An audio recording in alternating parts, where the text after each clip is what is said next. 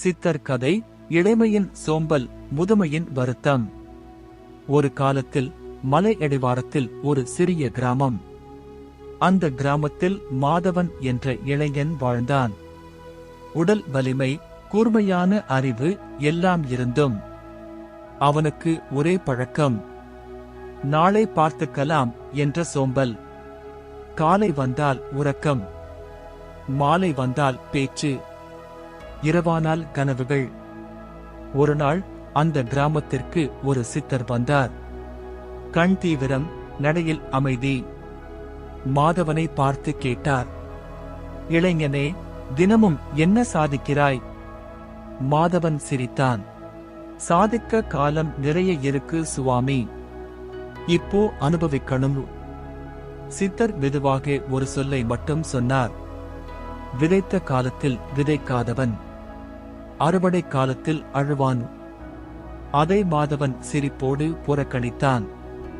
காலம் ஓடியது, இளமை மறைந்தது, உடல் சோர்ந்தது, கைகள் நடுங்கின.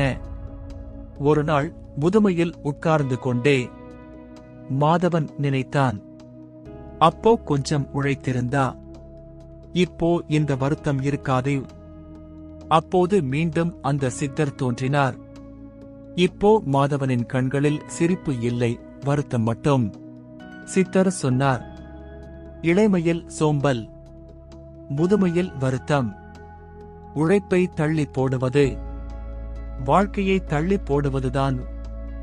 அந்த நொடியில் மாதவன் புரிந்து கொண்டான், காலம் திரும்பாது, பாடம் மட்டும் தாமதமாக புரியும்.